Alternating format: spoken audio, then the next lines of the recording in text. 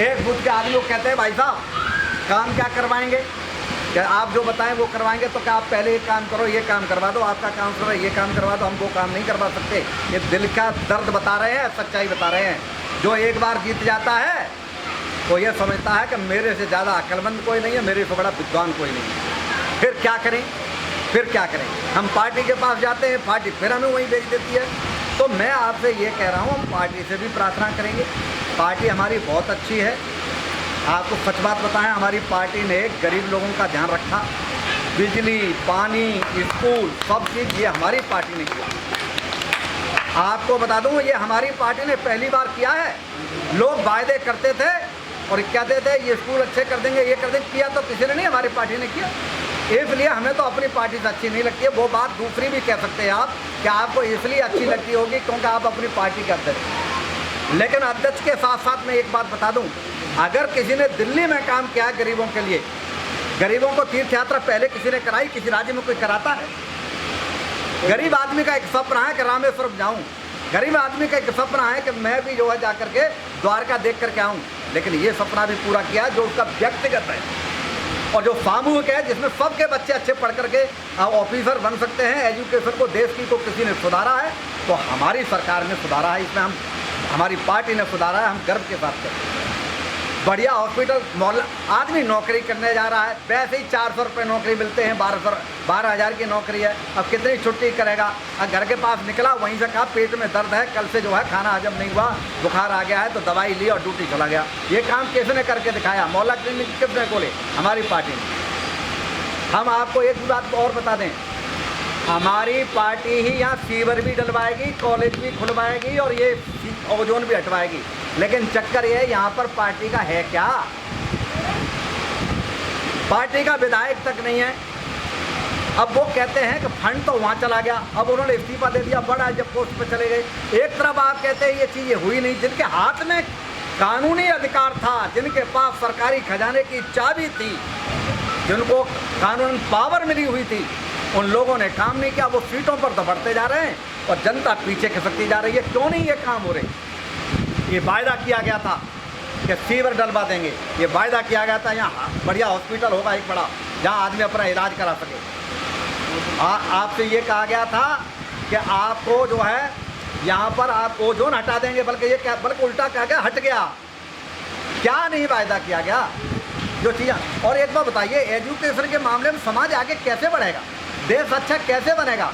जहाँ एजुकेशन ही अच्छी नहीं होगी वो तो वैसे ही पिछड़ा रहेगा। आप बताइए, लड़कियों के लिए अगर एजुकेशन का किया, अगर महाविद्यालय हो लड़कों के लिए अलग हो, तो इसमें बुरा क्या मांग रहे हैं? अब ऐसा है, आप यूनाइटेड भी रहिए, यूनिटी के बिना तो कुछ होगा ही नहीं। लेकिन आप एक बात कहिए, इस यूनिटी को राजनीतिक तौर से भी यूनाइटेड रहिए। मुझे कोई कुछ नहीं चाहिए, कोई इच्छा नहीं है मेरी पद की, कोई ज़रूरत नहीं है मुझे कोई एमएलए और काउंसलर कुछ बना दो। लेकिन मेरी एक इच्छा ज़रूर है कि रिटायरमेंट के बाद मैं राजनीति में आया, मैं अन्ना के आंदोलन में भाग लेता था, चाहता तो मैं भी जाकर के एमएलए बनता। नहीं, मैंने कहा मेरा फ़र्ज अभी अधूरा है, लोगों को पढ़ा लिखा के कुछ बनाना मैंने किया। अब रिटायरमेंट के बाद कुछ समय मिला, मैंने एक ही बात सोची, जब किसी के कंधे पर जाऊँ उससे पहले अपना एक सपना है वो पूरा कर जाऊँ कि लोग अपने पैरों पर खड़े हो जाएँ, लोगों में अच्छी समझ हो और लोग अपने अधिकारों की लड़ाई लड़ना सीखें। यहाँ एक बढ़िया कॉलेज होगा, बच्चे पढ़ लिख करके जाएंगे, लड़कियाँ पढ़ लिख करके जाएंगी तो वो अपनी लड़ाई लड़ पाएंगे। अच्छा हॉस्पिटल होगा, हेल्दी रहेंगे तो अपनी लड़ाई लड़ पाएंगे।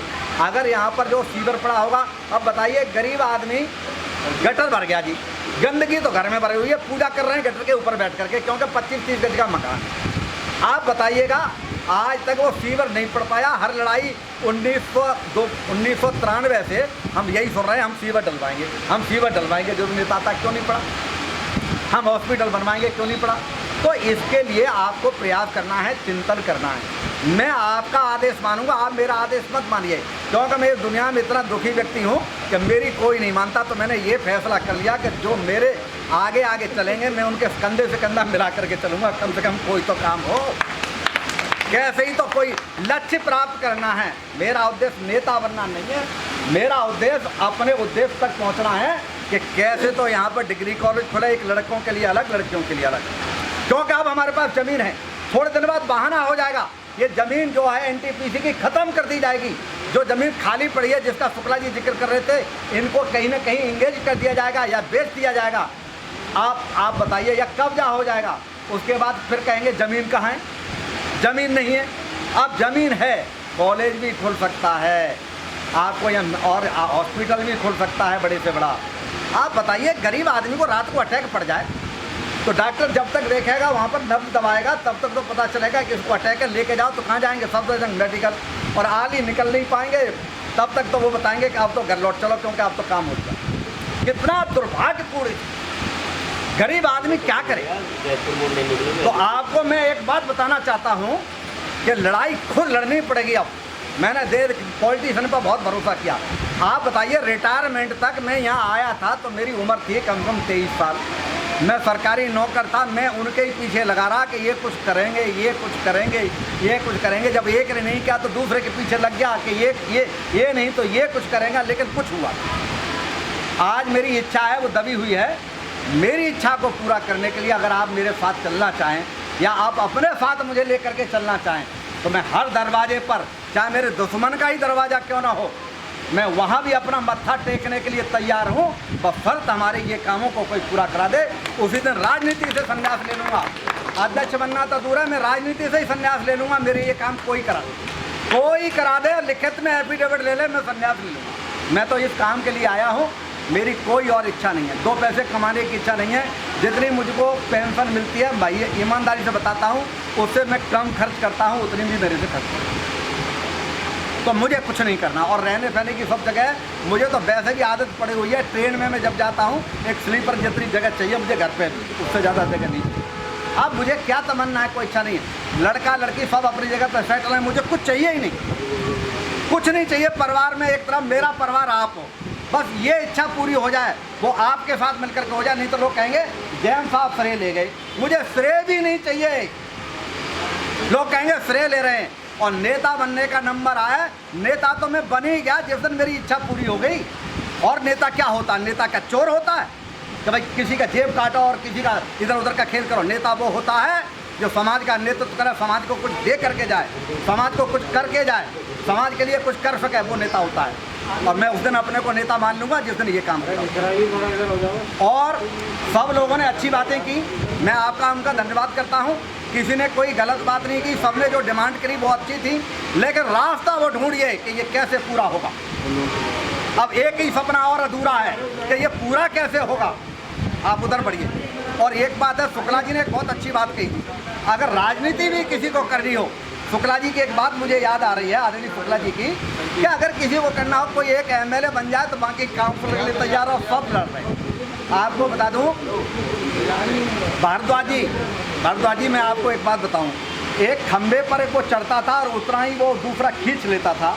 तो जो आदमी जितना चढ़ता था वो आधा खींच लेता था, वो कभी चढ़ नहीं पाया, क्योंकि वो खंबे पर ऊपर जाना चाहता था, उतना ही वो खींच लेता था।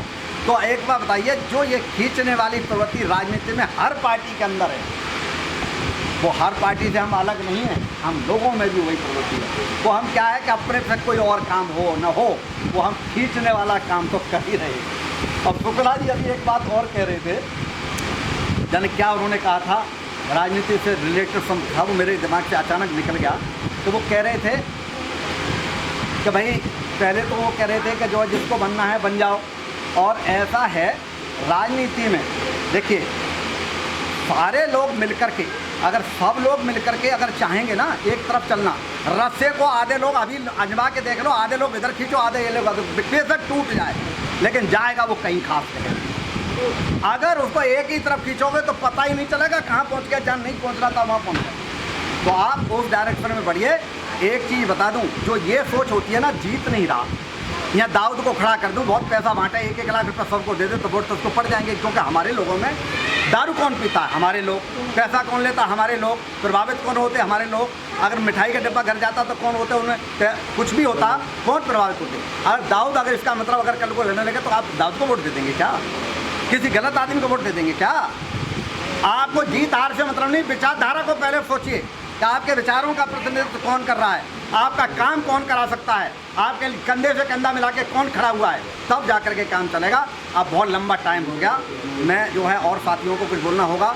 मैं अपनी वाणी को विराम देता हूँ और आप सबसे प्रार्थना करता हूँ और परमपिता परमात्मा से प्रार्थना करता हूँ सबको सद्बुद्धि दे, सब मिलजुल करके रहें, यूनाइटेड रहें, एक लक्ष्य की ओर बढ़ें, सबका लक्ष्य एक हो, ईमानदारी से काम करें, किसी प्रकार का आपस में बैर भाव न हो, यही मैं प्रार्थना करता हूँ। और आप अच्छे कामों के लिए जहाँ मेरी ज़रूरत पड़े, मेरी जान भी आपके लिए जो कुर्बान है हर वक्त, मैं हर तरह से तैयार हूँ, लेकिन असमर्थ हूँ।